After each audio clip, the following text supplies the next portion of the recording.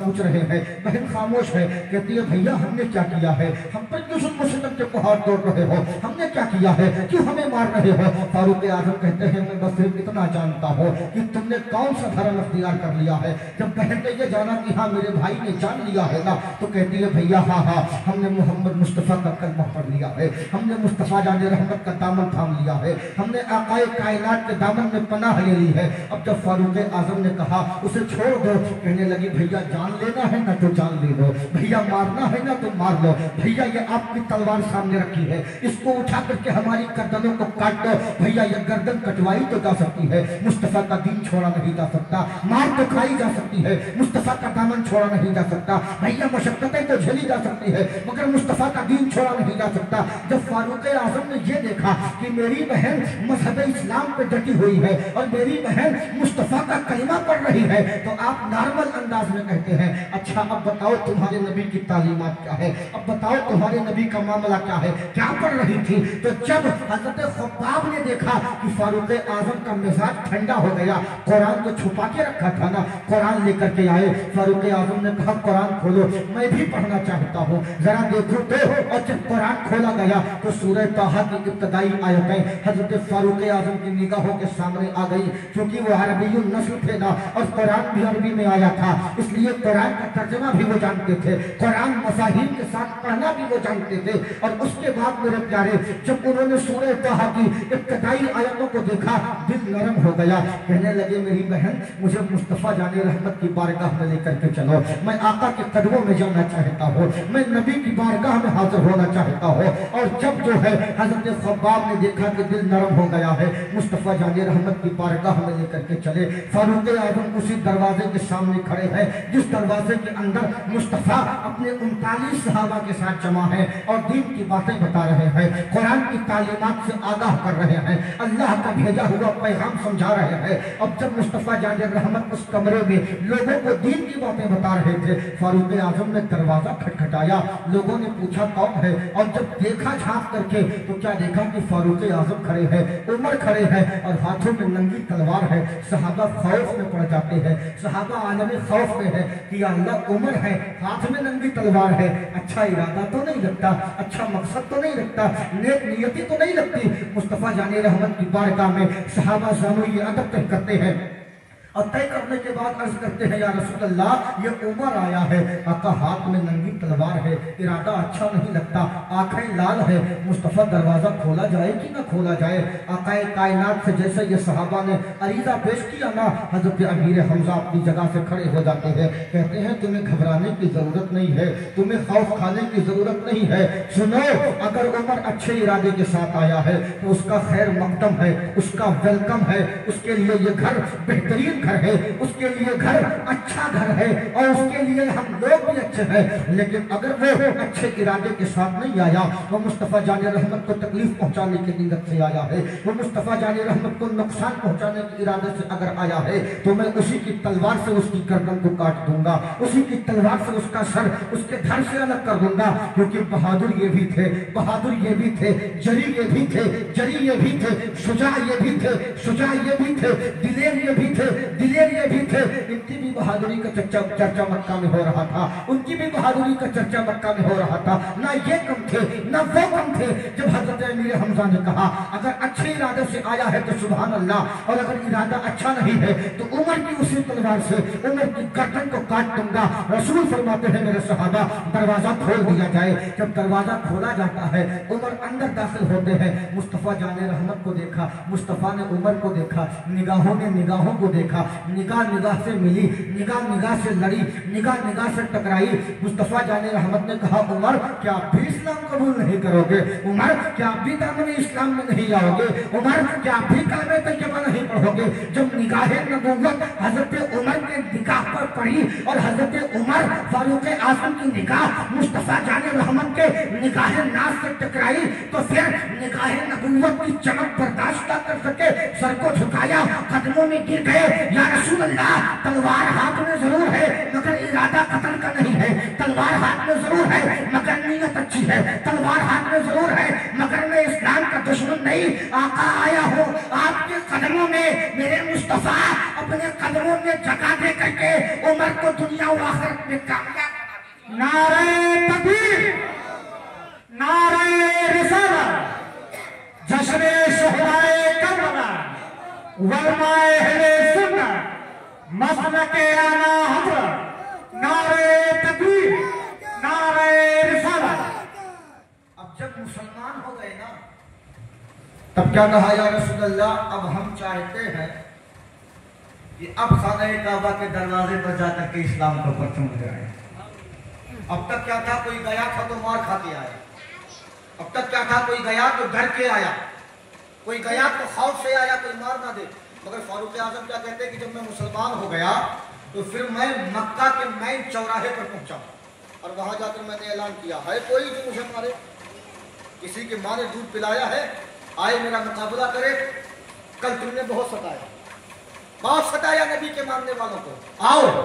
فاروق اعظم کہتے ہیں کچھ لوگ میری بات کو سن کر کے میرے پاس آئے اور انہوں نے مجھے مارنے کی کوشش کی۔ روایت بتاتی ہے کہ جب ان لوگوں نے جھپٹا لگایا فاروق اعظم کو مارنے کے لیے اور جب فاروق اعظم کو مارنا شروع کیا تو پھر نبی کے شیر نے ان میں سے ایک آدمی کو پکڑا اور پکڑ کر زمین پر پٹک دیا اور اپنی ان دونوں انگلیوں کو اس ایک آدمی کی آنکھوں میں ڈال کر کے اس کی آنکھیں نکال لی۔ جب وہ چلانے لگا تو وہ شیر بن کر کے آئے تھے، کتے کی طرح بھاگتے ہوئے نظر آ رہے تھے، ایسا ڈرے کہ دوبارہ ہمت نہیں پڑی کی آئے۔ اب دیکھو اتنی ہمت کسی کے اندر نہیں۔ جب مسلمان ہو گئے تو سب سے پہلے جانتے ہو کہاں پہنچے؟ دارالندوا کے سردار کے پاس، یعنی ابو جہل کے پاس، گھر کے اندر تھا، رشتے میں حضرت عمر کا معمول لگتا تھا۔ پہنچے، دروازہ کھٹکھٹایا، ابو جہل کہتا ہے کام کا عمر آیا ہے۔ کہا اچھا بھانجے کیوں آئے ہو؟ کہا یہ بتانے آیا ہوں کہ میں کلمہ پڑھ کر کے محمد کا دین قبول کر چکا ہوں۔ اب وہ ابو جہل جو مکہ میں نبی کو ستاتا بھی تھا، مصطفیٰ جان رحمت کے ماننے والوں کو تڑپاتا بھی تھا، آقا کے غلاموں پر کیا کیا اس نے ظلم و ستم کے پہاڑ نہیں ڈھائے، مگر فاروق اعظم کہتے ہیں میں بار بار اس کے دروازے پر کھڑا ہو کر للکارتا رہا ہوں باہر نکل، عمر آیا ہے۔ لیکن نبی کے شیر کی دہاڑ تھی۔ صحیح بات ہے، جہاں شیر آ جائے وہاں کتا کہاں ٹکے گا، جہاں شیر آ جائے وہاں بکریاں کہاں ٹکیں گی، جہاں شیر آ جائے وہاں بھیڑیں کہاں ٹکیں گی۔ دلیر بنتے تھے تب جب مسلمان کمزور تھے اور دلیر ان پر بنتے تھے، بہادری ان پر دکھاتے تھے جو جسمانی اعتبار سے بھی کمزور تھے، جو مالی اعتبار سے بھی کمزور تھے، اور سب سے پہلے کمزور طبقہ ہی داخل اسلام ہوا۔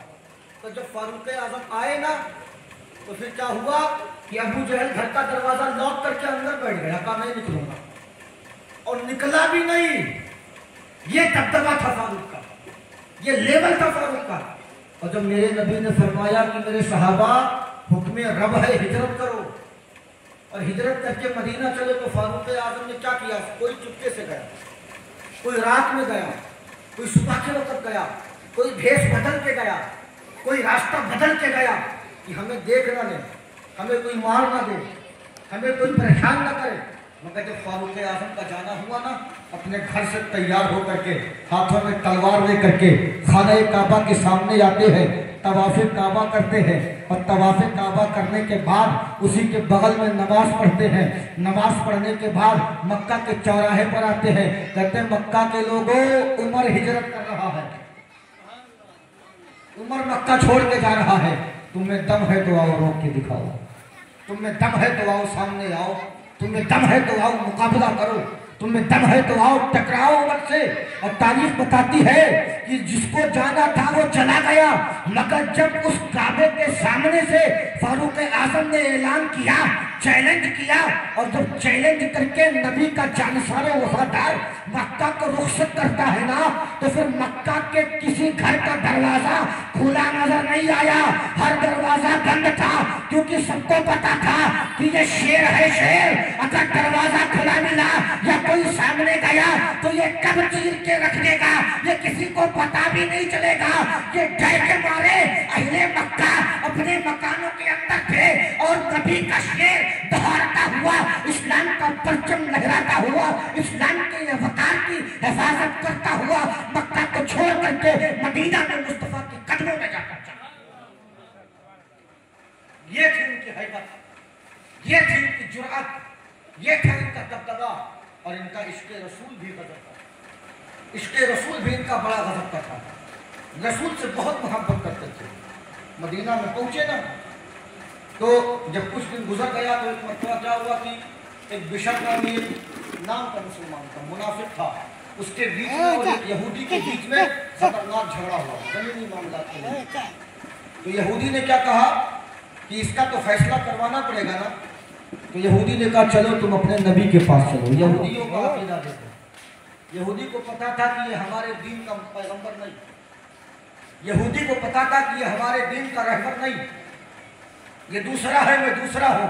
مگر یقین اتنا تھا کہ جس نبی کے پاس جا رہے ہیں، نبی کے قدموں میں جا رہے ہیں، وہ غلط فیصلہ نہیں کرے گا، اس کے ہاں میزان غلط نہیں ہے. اب یہ مسلمان اپنے آپ کو جانتا اور گردانتا تھا. اس نے سوچا کہ جب نبی ہمارے ہیں تو فیصلہ بھی ہمارے حق میں آئے گا. اس نے کہا چلو کیا بات ہے، ہم بھی چلتے ہیں، تم بھی چلو، اور چلو نبی کی بارگاہ میں. آج فیصلہ ہو ہی جائے کون سچا ہے، کون جھوٹا ہے، کون بہتر ہے، کون خراب ہے. اب یہ دونوں میرے نبی کی بارگاہ میں آئے، اور جب مصطفیٰ جان رحمت کی بارگاہ میں پہنچتے ہیں اور اپنا مقدمہ جو ہے مصطفیٰ کی بارگاہ میں پیش کرتے ہیں، مصطفیٰ جان رحمت نے دونوں کی باتوں کو سنا، اور سننے کے بعد ارشاد فرماتے ہیں میرا فیصلہ یہ ہے، یہ زمین یہودی کی ہے، بشر کی نہیں ہے، اس کی نہیں ہے، لہذا اس کا مالک وہ یہودی ہے. اب جب یہ فیصلہ نبی کی بارگاہ سے ہو گیا تو وہ مسلمان جو نام کا تھا، منافق تھا، وہ سوچتا ہے یار یہ فیصلہ تو نبی نے کیا ہے نا، اب چلو عمر کے پاس چلتے ہیں، یہ فیصلہ عمر سے کرواتے ہیں. کیونکہ اس کو پتا تھا عمر سخت مزاج ہیں، اس کو پتا تھا عمر کافرین کے معاملے میں بڑے سخت ہیں، بہت زیادہ ان کا مزاج گرم ہے. اس نے کہا چلو.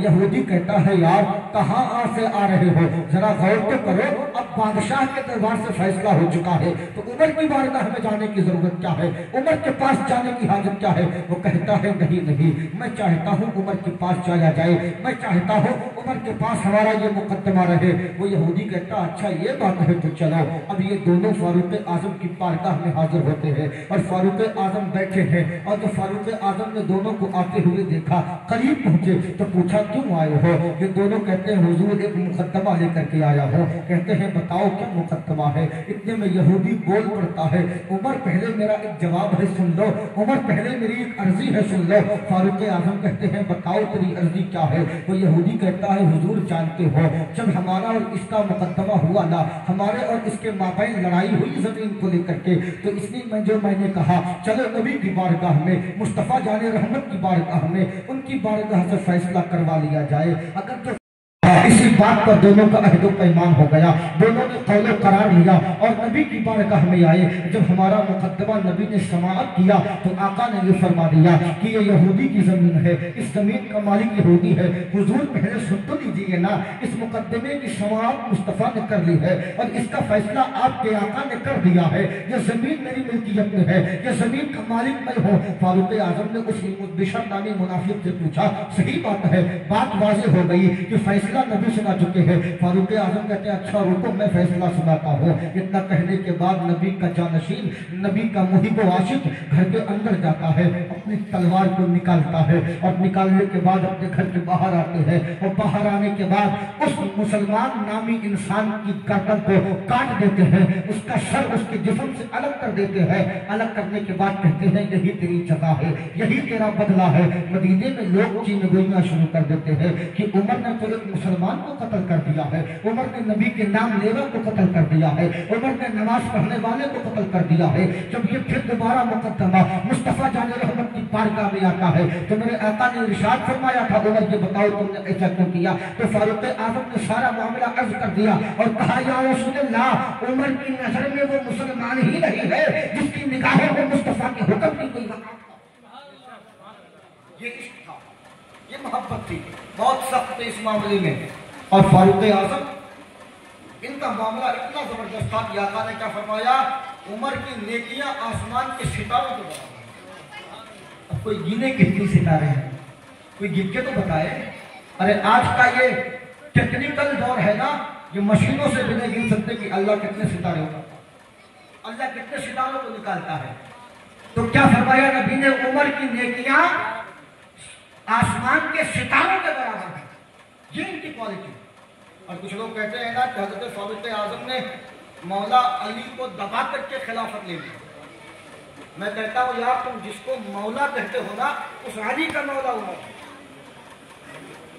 ہم جس کو کہتے ہیں نا کہ علی ہمارا مولا ہے تو اس علی کا مولا عمر ہے. اور آپ کو میں ایک بات بتاؤں کیا مقام ہے عمر فاروق کا. مولا کائنات کہتے ہیں کہ ایک بار میں نے خواب دیکھا کہ نبی کی مسجد میں ہوں اور مصطفیٰ نماز پڑھا رہے ہیں. میں نے مصطفیٰ کے پیچھے نماز پڑھی. نماز کے بعد مصطفیٰ مسجد کے دیوار سے ٹیک لگا کے بیٹھ گئے اور اتنے میں ایک عورت کھجوروں کا ایک کٹورا لے کر کے آئی اور لانے کے بعد نبی کے بارگاہ میں رکھتی ہے. کہتی ہے حضور آپ یہ کھجور کھا لیجیے اور اپنے صحابہ میں بانٹ دیجیے. تو نبی نے کیا کیا کہ ایک کھجور اٹھایا اور حضرت فاروق حضرت مولا کائنات کے ہاتھ میں دے دی. کھجور اٹھایا مولا کائنات کے ہاتھ میں دے دی اور باقی سب بانٹ دیا. اور مولا یہ خواب دیکھ رہے تھے اور خواب دیکھتے دیکھتے آنکھ کھلی تو کیا دیکھا کہ فجر کی اذان ہو چکی ہے. اب جلدی سے اٹھے اور اٹھنے کے بعد نبی کی مسجد کی جانب پڑھے کہ چلو جلدی سے ہم بھی جو ہے نماز ادا کر لیں, جماعت چھوٹنے نہ پائے.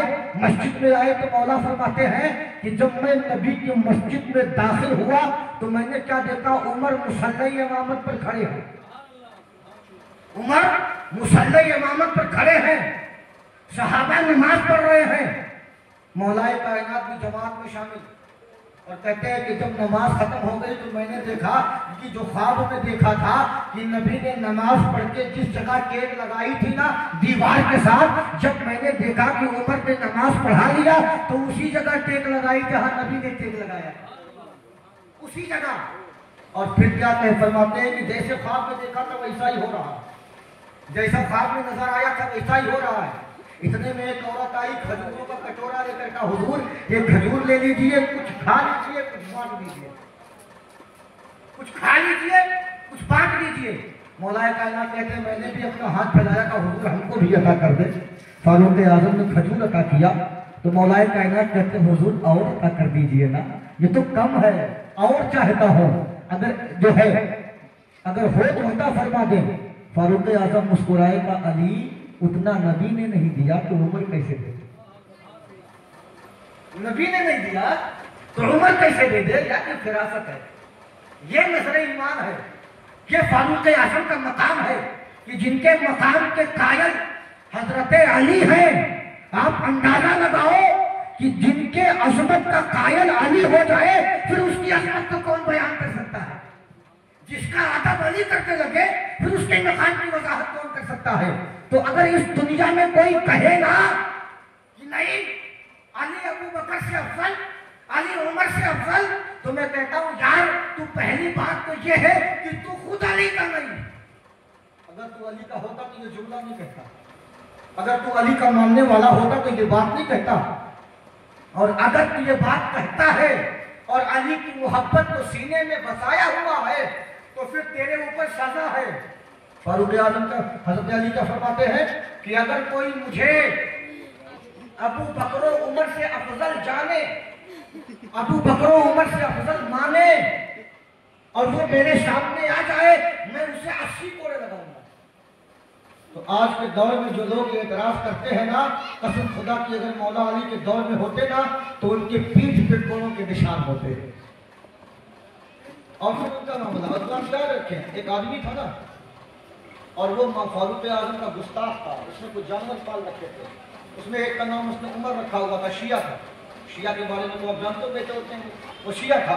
اور ایک اس نے اپنے ایک جانور کا نام عمر رکھا ہوا تھا, ایک کا کچھ اور معاذ اللہ. اور ایک دن ایک اللہ والے کے کان میں خبر آئی کہ وہ آدمی مر گیا ہے, کسی جانور نے مار دیا. وہ اللہ والے مسکرائے کہا جا کر چیک کر لو, اس نے جس جانور کا نام عمر رکھا ہوگا نا اسی نے مارا ہوگا. یہ برکتیں نام برکت عمر ہے کہ اگر کوئی توہین کرنا چاہے گا تو اس نام کی برکت یہ ہے کہ اسے دنیا میں رہنے کا موقع نہیں ملتا. یہ کوالٹی ہے ان کی. اور کوالٹی کیوں نہ ہو, یہ نبی کا جانشین جو ہے اور نبی کی جانشینی کسی عام آدمی کے حصے میں تو نہیں آتی. نبی کی جانشینی کسی معمولی آدمی کے حصے میں تو نہیں آ سکتی، کیونکہ یہ کوئی آسان بوجھ نہیں ہے. اور آج میں چیلنج کے ساتھ کہتا ہوں الحمدللہ اگر فاروق اعظم نہ ہو تو یہ اذان کے کلمات نہ ہو. یہ جو آپ اللہ اکبر مسجدوں میں سنتے ہو نا، یہ احسان فاروق اعظم کا. جب نبی نے مدینہ میں مسجد نبوی کو قائم فرمایا تو صحابہ سے میٹنگ کی اور کہا یہ بتاؤ کہ لوگوں کو نماز کے لیے جمع کرنے کے لیے کیا کہہ کر کے بلایا جائے. تو کسی نے کہا حضور دور جاہلیت میں ڈھونڈا جاتا تھا تاکہ آواز اٹھتی تھی، لوگ سن کر کے آتے تھے، یا نام لے کر کے بلایا جاتا تھا. ہر صحابی اپنی رائے دے رہا ہے، ہر صحابی مشورہ دے رہا ہے. مصطفیٰ جان رحمت نے فاروق اعظم سے پوچھا عمر تم بتاؤ تم کیا کہہ رہے ہو؟ فاروق اعظم نے یہ اذان کا پورا جملہ جو ہے نا کلمات اذان پڑھ کر کہہ دیا یا رسول اللہ عمر چاہتا ہے اس طرح اذان دی جائے، اس طرح مؤذن آواز لگائے اور لوگ اللہ کا نام سنتے ہوئے مسجد میں داخل ہو جائے. مصطفیٰ جان رحمت نے فاروق اعظم کو گلے سے لگا کے ارشاد فرمایا تھا آج سے میری امت کا معمول یہ رہے گا جب بھی نماز کے لیے بلایا جائے گا اسی اذان کو کہا جائے گا اور اسی اذان کے لیے لوگوں کو نماز کی طرف بلایا. یہ بات تو اذان کی ہو گئی. اور اگر فاروق اعظم نہ ہوتے نا تو یہ قرآن بھی نہ ہوتا. جب دور صدیقی میں قرہ اور حفاظ کو قتل کیا گیا تو فاروق اعظم حضرت ابو بکر کے پاس پہنچے اور کہا ابو بکر اگر یوں ہی حافظ قتل ہوتے رہے، یوں ہی قاری حضرات دنیا سے جاتے رہے تو قرآن تو ختم ہو جائے گا، قرآن ٹوٹ جائے گا. تو حضرت ابو بکر نے کہا عمر میں وہ کام کیسے کروں جو کام رسول نے نہیں کیا، میں وہ کام کیسے کروں؟ لیکن فاروق اعظم نے ضد باندھ لی اور جب تک وہ کام کروا نہیں لیا آپ نے دم نہیں لیا. اب وہ کام ہوا کہ دور صدیقی میں قرآن جمع ہوا، پھر انہوں نے اپنے دور میں بھی قرآن کو بڑے اچھے انداز میں جمع کیا جو پھر عثمان غنی کے دور میں جا کر کے مکمل ہوا. یہ احسان ہے فاروق اعظم کا کہ اگر وہ نہ ہوتے تو آج جس قرآن کو پڑھ کر کے ہم ثواب حاصل کرتے ہیں یہ ثواب کا موقع ہمیں نہ ملتا. کون سا احسان بھلاؤ گے فاروق اعظم کا؟ کس احسان کو فراموش کرو گے؟ ارے یار اگر فاروق اعظم کو اسلام سے نکال دو نا تو اسلام نہیں ادھورا ہوگا. اس کے بعد تم سوچتے ہو کہ ہم کمال کے ہیں. ہاں یہ بات ضرور ہے کہ فاروق اعظم کو اسلام سے نکالا نہیں جا سکتا. اسلام اور عمر لازم و ملزوم ہیں، ایک دوسرے سے جڑے ہیں. ہاں اگر تو ان کی برائی کرے گا تو تجھے تو اسلام سے نکالا جا سکتا. پھر تیری کیا ضرورت؟ تیری کوئی ضرورت نہیں ہے. اگر تجھے اسلام میں آنا ہے تو مکمل آ، آدھا ادھورا نہ. عمر کو مان کر آ، ان سے محبت کر کے آ، ان کے عشق میں اپنے سینے کو مدینہ بنا کے آ. اور یہ مدینے میں تھے اور میرے آقا نے ان کے مقام کو اجاگر کیا. اور میرے نبی کیا فرماتے ایک مرتبہ اے عمر میں نے آج خواب دیکھا کہ میں جنت میں گیا اور جب میں جنت میں گیا تو میں نے کیا دیکھا کہ ایک محل بنا ہوا ہے. تو میں نے جنت کے ان پہرے داروں سے پوچھا یہ بتاؤ یہ محل کس کا ہے؟ تو ایک پہرے دار نے کہا حضور یہ آپ کی امت میں آپ کا امتی عمر ہے، یہ محل اس کا ہے.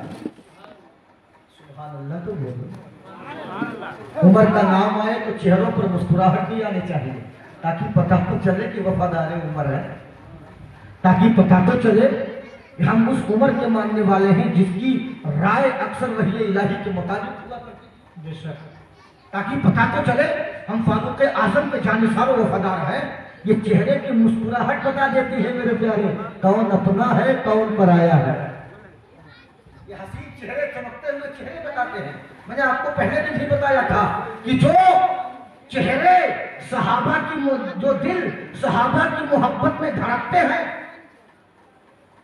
ان دھڑکنے والے دلوں کے چہرے منور ہوتے ہیں، روشن ہوتے ہیں، چمکدار ہوتے ہیں. ورنہ گستاخ صحابہ کے چہروں کو دیکھیں گے نا تو ان کے چہروں پر پھٹکار برستی ہوئی نظر آتی ہے. یہ صحابہ کا عشق ہے جو ہمارے چہروں کو چمکدار بنا دیتا ہے، ہمارے چہروں کو روشن بنا دیتا ہے، ہمارے چہروں کو منور بنا دیتا ہے. تو یہ فاروق اعظم ہے. تو فاروق اعظم رضی اللہ تعالیٰ عنہ جب آئے نا نبی کے پاس تو نبی نے بتایا عمر میں نے خواب دیکھا تھا کہ میں جنت میں گیا اور میں جنت میں گیا تو میں نے تیرے نام کا محل دیکھا، اس محل پر تیرا نام لکھا ہوا تھا۔ پہرے دار سے میں نے پوچھا کہ یہ کس کا محل ہے؟ وہ کہتا ہے آقا آپ کے امتی عمر کا محل ہے۔ آقا کہتے ہیں کہ عمر میں اس محل کے اندر جانا تو چاہتا تھا مگر مجھے حیا آ گئی، مجھے غیرت آ گئی، اس لیے میں تیرے محل کے اندر نہ گیا۔ فاروق اعظم کی آنکھوں میں آنسو آ گئے، رونے لگے، قدم ناز کو تھام کر فرماتے ہیں آقا یہ عمر آپ کا ہے، عمر کا گھر آپ کا ہے، عمر کی جان آپ کی ہے، عمر کا جسم آپ کا ہے، عمر کی اولاد آپ کی ہے، عمر کا خاندان آپ کا ہے۔ آقا اس میں غیرت کی کیا بات ہے؟ آقا وہ محل بھی آپ کا ہے۔ نبی یہ عمر کی طرف سے اجازت ہے آپ کو عمر کی زندگی میں ہر طرح سے اس طرح سے انہوں نے اپنے عشق کا اظہار کیا، اس طرح سے انہوں نے اپنے عشق کا ثبوت پیش کیا۔ تو پھر دنیا نے دیکھا کہ جب مصطفیٰ جان رحمت کا وصال باکمال ہوا تو اسی فاروق اعظم رضی اللہ تعالیٰ عنہ اسلام کے دوسرے خلیفہ نامزد کیے گئے۔ اب بڑے جلالی بادشاہ آج اگر ہوتے نا وہ، ارے تو ہم کہتے ہیں کہ اتنے مسلمان جو ہے یا تو جیل میں ہوتے اکثر اور یا تو کوڑے برسائے جا رہے ہوتے۔ فاروق اعظم کو خلیفہ بنے گا تو ایک مرتبہ رات میں انہوں نے مدینے کا چکر لگانا شروع کیا اور کہا ذرا چیک تو کریں کہ مدینے میں ہو کیا رہا ہے، کیا ہو رہا کیا نہیں ہو رہا۔ اب جب رات کا آدھا حصہ گزر چکا، مدینے کا چکر لگا رہے ہیں تو کیا دیکھا ایک مکان سے روشنی آ رہی ہے۔ جب اس مکان کے قریب پہنچے تو سوچا لاؤ سنیں، روشن ہے گھر کا مطلب کوئی جاگ رہا ہے۔ کان لگا کے سننا چاہا تو دیکھا کہ دو عورتوں کی آواز آ رہی ہے، ایک بڑی عورت ہے ایک نوجوان لڑکی ہے۔ تو جو بڑی عورت ہے وہ بات تھی، وہ اپنی بیٹی سے کہتی تھی بیٹی دودھ دو لیا؟ تو بیٹی نے کہا اماں ہاں دودھ لیا۔ اب بیٹی اگر دودھ لیا تو اس میں پانی ملا دیا۔ تو بیٹی کہتی ہے اماں نہیں، کیا آپ نے سنا نہیں ہے کہ فاروق اعظم عمر خلیفہ برحق کا حکم ہے کہ قانون لاگو کیا گیا ہے کہ جو اگر دودھ میں پانی ملائے گا اسے سزا دی جائے گی۔ آپ ایمانداری سے بتاؤ کتنے لوگ بچتے؟ ارے کوئی بچا ہی نہیں جو پنیا دودھ نہ بیچتا ہو۔ کہتا ضرور ہے کہ ہم سے زیادہ اوریجنل کوئی نہیں دے سکتا، کہتا ضرور ہے بھیا سب کو 50 میں دیتے ہیں پر آپ کو 70 میں دیں گے مگر اوریجنل دیں گے۔ کہتا ہے کرتا نہیں، کہتا ہے بہتر ہے مگر بہتر ہوتا نہیں۔ تو بیٹی کہتی ہے اماں اگر ہم نے دودھ میں پانی ملایا تو خلیفہ کا فرمان ہے پکڑے جاؤ گے تو سزا ملے گی، پکڑے جاؤ گے تو سخت سے سخت سزائیں دی جائیں گی۔ تو ماں کہتی ہے بیٹی خلیفہ اپنے مکان میں سو رہا ہوگا، دیکھ تھوڑی رہا ہے، ملا دے۔ بیٹی کہتی ہے اماں اچھا یہ بات ہے خلیفہ سو رہا ہے نا، اللہ تھوڑی سو رہا ہے، خلیفہ آرام کر رہا ہے نا، رب کی نگاہوں سے تھوڑی پوشیدہ ہے۔ فاروق اعظم نے جب یہ بات سنی تو مسکرائے اور مسکراتے ہوئے اپنے مکان کے پاس آئے اور آرام کرنے لگے۔ صبح جب دربار عمر لگتا ہے فاروق اعظم سپاہیوں کو بھیجتے ہیں اور کہتے ہیں کہ جاؤ ان دونوں ماں بیٹی کو پکڑ کر کے میرے دربار میں لا کر کے پیش کرو۔ اب دونوں ماں بیٹیوں کو پکڑ کر کے لایا جاتا ہے۔ اب ماں کا کلیجہ تھر تھرا رہا ہے، دل گھبرا رہا ہے، ذہن کام نہیں کر رہا ہے، آنکھیں خوف سے باہر نکلی آ رہی ہے، چہرہ سفید پڑ چکا ہے۔ یا اللہ عمر کو کسی نے بتا تو نہیں دیا ہے، کسی نے مخبری تو نہیں کر دی ہے، کسی نے ہماری بات پہنچا تو دی نہیں ہے۔ مولا ہم نے رات کی تاریکی میں اپنے گھر پہ آنگن پہ بات کیا ہے، کسی کو سننا تو نہیں چاہیے تھا، کسی کو جاننا تو نہیں چاہیے تھا۔ دربار عمر میں پہنچتے ہیں، فاروق اعظم مسکرا رہے ہیں، چہرے پر مسکراہٹ جاری ہے۔ فاروق اعظم مسکرا کر کہتے ہیں ذرا رات میں جو بات ہوئی تھی نا مجھے سنا کے دکھاؤ، جو رات میں مکالمہ ہوا تھا مجھے بتاؤ، میں سننا چاہتا ہوں۔ دونوں خاموش ہیں۔ ماں کہتی ہے حضور خطا تو ہو گئی ہے، حضور غلطی تو ہو گئی ہے، حضور جرم تو ہو گیا ہے، خدا را معاف فرما دے، آئندہ ایسی خطا نہ ہوگی، آئندہ ایسا جرم نہ ہوگا، آئندہ ایسا گناہ نہ ہوگا۔ فاروق اعظم کہتے ہیں جو کہتا ہوں پہلے وہ کرو، میں کہتا ہوں سناؤ نا تو سناؤ۔ اب جب حکم فاروق ہوا تو اب سنانے پر مجبوری تو آ گئی، نہ سناتے تو جاتے کہاں، نہ سناتے تو بچتے کیسے۔ تو ماں کی آنکھوں میں آنسو، عرض کرتی ہے حضور مسئلہ یہ ہے کہ رات میں ہم اور ہماری بچی نے اپنے جانور کا دودھ دہا اور دہنے کے بعد میں نے اپنی بیٹی سے کہا میری بیٹی اس دودھ میں پانی ملا دے، پانی ملا دے گی تو دودھ زیادہ ہو جائے گا، اور جب دودھ زیادہ ہو جائے گا تو زیادہ بیچیں گے تو زیادہ پیسہ ملے گا۔ ہائے آج کا مسلمان بھی ایسا ہی کرتا ہے، ایسا ہی کرتا ہے یار۔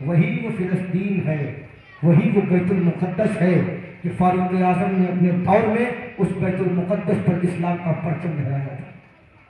فاروق اعظم کے دور میں فتح ہوا، اور اس کو کہتے ہیں انصاف۔ کوئی عزت بے عزتی کا مسئلہ نہیں رکھا انہوں نے۔ اور جب فتح ہو گیا نا بیت المقدس، یہودیوں اور عیسائیوں کے قبضے سے نکل گیا، تو اب جب صلح نامہ یا معاہدہ ہونے لگا اور دستخط کرنا تھا، تو کیا لوگوں نے کہا کہ ہم چاہتے ہیں کہ آپ کا مدینہ میں رہنے والا بادشاہ آ کر کے دستخط کرے، ہم تب مانیں گے، ہم تب قبول کریں گے، ہم تب تسلیم کریں گے۔ جب یہ بات ہوئی تو فاروق اعظم نے کہا ٹھیک ہے، ایک اونٹ لیا، ایک اونٹ۔ وہ چاہتے کہ ہزاروں کا لشکر لے کر کے جاتے، وہ چاہتے تو اونٹوں کا انبوہ لے کر کے جاتے، وہ چاہتے تو گھوڑوں کا جھنڈ لے کر کے جاتے، وہ چاہتے تو تمام چیز ساز و سامان لے کر کے جاتے، کچھ لے کر جاتے۔ ایک اونٹ لیا اور ایک غلام لیا، ساتھ میں چلنے لگے۔ تو اب فاروق اعظم نے غلام سے کہا میرے پیارے ایک اونٹ ہے، سواری ایک ہے، سوار دو ہے، اب دونوں ایک ساتھ سوار تو ہو نہیں سکتے، تو اب طے کیا جائے گا کہ کون پہلے سوار ہوگا کون بعد میں سوار ہوگا۔ اس کو کہتے ہیں حکومت۔ دل پر حکومت کرو، جو دل پہ راج کرتا ہے وہ صدیوں راج کرتا ہے۔ اب غلام کہتا حضور نہیں، آپ آقا ہیں، میں نوکر ہوں، میں نکیل پکڑ کے چلوں گا، آپ بیٹھ کر چلو۔ کہتے ہیں نہیں، یہ اسلام ہے، اس میں نہ آقا نہ نوکر، نہ بندہ نہ مولا، سب برابر ہیں۔ فیصلہ یہی ہے جو میرے نبی نے فرمایا ہے۔ اور سنو، ایک میل تم پیدل چلو گے، ایک میل میں پیدل چلوں، یا جو بھی کم و بیش جو شرط طے پائی۔ آقا اپنے غلام سے شرط لگا رہا ہے، سوچو ذرا کیا منظر رہا ہوگا، کیا ماحول رہا ہوگا۔ فاروق اعظم کہتے ہیں ایک میل تو بیٹھے گا، ایک میل میں بیٹھوں گا۔ اب جب یہ قافلہ چلا نا دو لوگوں کا، تو ایک میل فاروق اعظم اونٹ کی لگام پکڑ کے، نکیل پکڑ کے پیدل چلتے، غلام بادشاہوں کی طرح اونٹ پر بیٹھتا، اور ایک میل غلام اونٹ کی نکیل پکڑ کر کے آگے چلتا۔ فاروق اعظم اونٹ پر بیٹھتے۔ دنیا نے ایسا واقعہ نہ دیکھا ہوگا کہ کوئی بادشاہ ہو پیدل چلے، بادشاہ ہو غلام کی برابری کرے، بادشاہ ہو غلام کا اتنا ادب کرے، بادشاہ ہو غلام کا اتنا خیال رکھے، بادشاہ ہو غلام کا اتنی عزت کرے۔ دنیا نے نہیں دیکھا تھا، دنیا نے تو یہ دیکھا تھا بادشاہ اپنے غلاموں کو روک کر نکل جاتے ہیں، بادشاہ اپنے غلاموں کی گردنوں کو پھلانتے ہوئے نکل جاتے ہیں، بادشاہ اپنے غلاموں کی گردنوں کو کاٹتے ہوئے نکل جاتے ہیں، بادشاہ اپنے غلاموں کو قتل کرتے ہوئے نکل جاتے ہیں۔ یہ دنیا کا واحد بادشاہ تھا جو قتل نہیں کرنے آیا تھا، جو غلام کی بے عزتی بھی برداشت کرنا نہیں چاہتا تھا، وہ برابری کا حق دے رہا تھا۔ اب جب یہ قافلہ چلتے چلتے مسجد اقصیٰ کے پاس پہنچا، بیت المقدس کے قریب پہنچا، سامنے دیوار ہے کچھ جو ہے بیت المقدس کی، اور حضرت عمر ہے۔ اب آخری جو ایک میل بچا نا، اس میں سوار ہونے کی باری غلام کی۔ کرشمہ دیکھو قدرت کا، جب آخری وہ بچا ایک میل، تو اس میں سوار ہونے کی باری غلام کی تھی۔ اب غلام اترا، حضور ختم، آپ فرما دیں، اب نہ بٹھائیے، اب بٹھا دیں گے تو معاملہ گڑبڑ ہو جائے، اب نہ بٹھائیے۔ سامنے کافروں کا لشکر ہے، سامنے کافروں کا حکمران ہے، ان کے پاس ہاتھی ہے، گھوڑے ہیں، اونٹ ہیں، جانور ہیں، تاج ہے، رتھ ہے، تخت ہے، سب ہے، اور آپ اونٹ پر جائیں گے، وہ بھی اس طرح کہ آپ کا غلام بیٹھ کر چلے، آپ پیدل چلے۔ فاروق اعظم نے کہا یہ نہ کہو مجھ سے، سب کہہ لو یہ نہ کہو، جو فیصلہ وہاں ہو چکا تھا اسی فیصلے پر عمل ہوگا، اور اس سے ہٹا نہیں جائے گا، یاد رکھنا۔ تو غلام کہتا نہیں حضور، اب تو لاج رکھ لے ہماری، خیال کر لے ہمارا، آقا میں چلتا ہوں، آپ بیٹھیں، ایک ہی میل کی تو بات ہے۔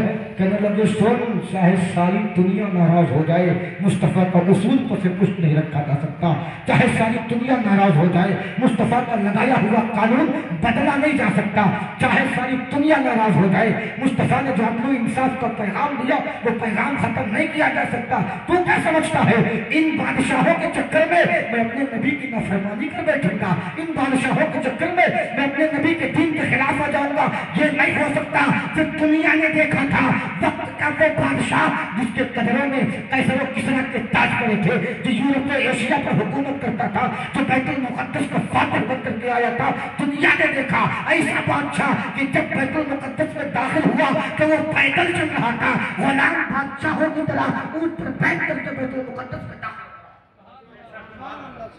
یہ حکومت تھی، جب شان سے حکومت تھی تب دنیا نے جانا عمر کسے کہتے ہیں، تب دنیا نے پہچانا عمر کسے کہتے ہیں، تب دنیا نے سمجھا عمر کسے کہتے ہیں۔ اور یہ حکومت جب تھی نا، اس حکومت کو جب فاروق اعظم نے پڑھایا تو پھر اسلام کا نام حضرت عمر کے زمانے میں اس ہندوستان کی دھرتی پر آ گیا، اسلام کا پرچم فاروق اعظم کے زمانے میں اسی ہندوستان کی دھرتی پر لہرایا، جسے بعد میں جو ہے محمد ابن قاسم لے کر کے آیا، لیکن سب سے پہلے اسلام کی دھرتی پر جو پرچم لہرایا ہے وہ فاروق اعظم کے حکم کے مطابق لہرایا۔ اب مدینہ میں فاروق اعظم کی حکمرانی، اتنا عدل و انصاف تھا، اور حقیقت بتاؤ کہ اگر ان کے زندگی کی گوشوں کو بیان کروں گے نا ابھی تو ابھی گھنٹے لگ جائیں گے، لیکن زندگی کا گوشہ ختم نہیں ہوگا۔ کتنا عدل و انصاف تھا کہ کوئی ان کا مقابل نہیں، بلکہ باہر سے ایک بادشاہ کا سفیر آیا، اس نے کہا این الملک، تمہارا بادشاہ کہاں ہے؟ تو لوگوں نے کہا کہ میرا بادشاہ محل میں نہیں رہتا، جاؤ کسی روڈ کے کنارے کہیں بیٹھے ہوں گے، کسی دکھیا کا دکھ بانٹ رہے ہوں گے، کسی کا خیال کر رہے ہوں گے۔ اب وہ جاتا ہے تو کیا دیکھتا ہے؟ عمر سو رہے، راستے میں ہے، سو رہے، نہ تخت ہے نہ تاج ہے، نہ سر کے نیچے تکیہ ہے، نہ جسم پہ چادر ہے۔ ایسا بادشاہ کسی نے دیکھا؟ نہیں دیکھا ہے نا۔ آج کل کسی کو عہدہ مل جائے، رتبہ مل جائے تو پہلے مکان بناتا ہے، پھر کچھ کرتا ہے، لیکن فاروق اعظم نے اپنا مکان نہیں بنایا، امت کا مکان بنایا۔ فاروق اعظم نے اپنا خیال نہیں رکھا، امت کا خیال رکھا۔ آپ روتے تھے راتوں کو، کسی نے پوچھا عمر کیوں روتے ہو؟ تو کہنے لگے میں اپنے مکان میں آرام سے سو رہا ہوں، کیا پتا میری اس رعایا میں کوئی بھوکا سویا ہو، کیا پتا کوئی پیاسا سویا ہو۔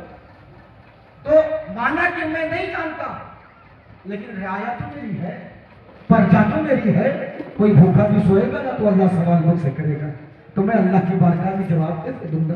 میں اللہ کی بارگاہ میں کون سا چہرہ لے کر کے جاؤں گا؟ جانتے ہو پھر کیا ہوا کہ ایک ابو لولو مجوسی جو ہے فاروق اعظم کی بارگاہ میں آیا اپنے مالک کی شکایت لے کر کے، اور کہتا حضور میرا مالک مجھ پہ بڑا ظلم کرتا ہے، پیسہ زیادہ مانگتا ہے۔ فاروق اعظم نے کہا اچھا بتاؤ تم کام کیا کرتے ہو؟ اس نے بتایا میں لکڑہارا بھی اچھا ہوں، میں نقاش بھی اچھا ہوں، میں لوہار بھی اچھا ہوں۔ آپ فرماتے ہیں جب اتنا اچھا کاریگر ہے تو پیسہ دے سکتا ہے۔ اس نے حضرت عمر فاروق کو دھمکی دی، وقت کے بادشاہ کو دھمکی دی، وقت کے خلیفہ کو دھمکی دی، دھمکی دے کے چلا گیا۔ فاروق اعظم نے کہا کہ دیکھو یہ مجھے قتل کی دھمکی دے کر گیا۔ لوگوں نے کہا حضور اگر آپ کہیں تو پھر کام نہیں، یہ اسلامی اصول ہے۔ اور اس نے خالی دھمکی نہیں دی، اس نے اپنی تلوار کو زہر میں بچھایا اپنے خنجر کو، اور وقت کا انتظار کرنے لگا۔ اور جب وقت کا انتظار کرنے لگا تو فاروق اعظم نماز پڑھانے کے لیے جب مصلی امامت پہ جانے لگے اور نماز میں کھڑے ہو گئے تو یہ اپنے خنجر کو لے کر کے فاروق اعظم پر اس نے دل پہ کئی بار کیے۔ فاروق اعظم مصلی سے ہٹ جاتے ہیں اور پھر آخر میں وہ حضرت عبد الرحمن ابن عوف کے چادر کے اندر پکڑا جاتا ہے، اور جب اسے پتا چلتا ہے کہ اب میں بچنے والا نہیں ہوں تو وہ خودکشی کر کے مر جاتا ہے، اور فاروق اعظم زخمی ہو جاتے ہیں۔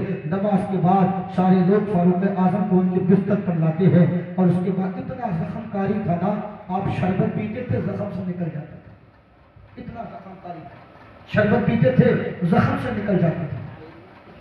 لیکن آپ نے صبر و شکر کا مظاہرہ کیا، کچھ نہیں آپ نے کہا، کسی کو کچھ نہیں بتایا، اور پھر یہ کہا کہ جاؤ۔ اور ذرا سوچو ایک بات، سوچو یہاں سے ایک بات بتاؤں آپ کو، عمر جسے میدان میں کوئی ہرا نہ سکا، عمر جس کے مقابلے میں کوئی آ نہ سکا، شہادت بھی ہوئی نہ کہ کوئی ہمت نہ کی جو سامنے ہے، مارا بھی تو پیٹ کے پیچھے، مارا بھی تو پیٹ کے پیچھے سے، کیونکہ دنیا میں کسی ماں نے ایسا بچہ ہی نہیں پیدا کیا تھا جو فاروق اعظم کا مقابلہ کر رہا، تو سامنے سے آ کر کے پسپا کر دے، ان کو ہرا دے، ایسا کوئی بچہ نہیں تھا۔ تو جب بات شہادت کی ہے تو فاروق اعظم کو جس نے حملہ کیا نا وہ پیٹ پیچھے حملہ کیا، نماز میں تھے پیچھے سے حملہ کیا، اور جب آپ کے آخری وقت قریب آتا ہے نا آپ کہتے ہیں کہ جاؤ اماں عائشہ کی بارگاہ میں اور جا کر کے کہہ دو کہ عمر جو ہے وہ مصطفیٰ علیہ رحمت کے پہلو میں دفن ہونا چاہتا ہے۔ اور پھر اماں عائشہ نے اجازت دے دی، اور پھر مسلمانوں کا یہ عظیم الشان خلیفہ اور بادشاہ عدل و انصاف کا ٹنکا بجاتا ہوا، مصطفیٰ کے دین کو پھیلاتا ہوا، مصطفیٰ کے دین کا دفاع کرتا ہوا 63 سال کی عمر میں اپنے آپ کو خالق حقیقی سے جان ملاتا ہے، اور ان کی روح قفس انتری سے پرواز کر جاتی ہے، اور پھر ان کی خواہش، ان کی منشا، ان کی وصیت کے مطابق فاروق اعظم کو مصطفیٰ جان رحمت کے پہلے دفن کر دیا جاتا ہے۔ آخری بات بتاؤں گا، محبت ہو تو ایسی ہو، عشق ہو تو ایسا ہو، چاہت ہو تو ایسی ہو، ہر معاملے میں نبی کی سنت کو ادا کیا، ہر معاملے میں نبی کی سنت کو ادا کیا، اور جب موت کا وقت آیا نا تو بتاؤ، جب نبی کے انتقال کا وقت تھا تو عمر کتنی تھی؟ 63 سال۔ جب نبی کے وصال کا وقت تھا تو عمر کتنی تھی؟ نبی کی عمر 63۔ ابو بکر دنیا سے گئے تو عمر 63، فاروق اعظم دنیا سے گئے تو عمر 63۔ یہ عشق تھا، یہ سنت تھی، جب ادا کی نا تو عمروں میں بھی ادا کر دی، یہ گوارا نہ کیا، یہ عشق تھا، کیونکہ جب عشق ضد پہ اڑتا ہے نا تو محبوب کے قدموں میں لا کر گرا دیتا ہے، اور جب ابو بکر عمر کے عشق نے انگڑائیاں لی تو اس انداز میں انگڑائیاں لی کہ چاہے وہ زندگی کا کوئی گوشہ ہو یا وقت انتقال ہو، ہر حال میں مصطفیٰ کے سنت پر چلے، اور جب عشق نے انگڑائیاں لی تو مصطفیٰ کی عمر کے مطابق رب نے عمر دے کر کے یہ بتا دیا، اسے عاشق کہتے ہیں کہ جب عشق نے انگڑائیاں لی تو عمر بھی مصطفیٰ کے برابر، مدفن بھی مصطفیٰ کے برابر، اور انشاءاللہ میدان محشر میں اگر اٹھنا بھی ہوا تو مصطفیٰ کے ساتھ۔ اسے عشق کہتے ہیں میرے پیارے، اسی لیے یہ دونوں اسلام کی اساس و بنیاد ہے، ان کے بغیر اسلام مکمل نہیں ہوتا، ان کے بغیر اسلام ناقص رہتا ہے، لہذا کسی کے چڑھاوے میں نہ آنا، ان کی محبت سے اپنے سینے کو مدینہ بنائے رکھنا، انشاءاللہ اگر ان کی محبت ہمارے دلوں میں رہے گی تو رسول بھی راضی رہیں گے، خدا بھی راضی رہے گا۔ استغفر اللہ ربی من کل ذنب۔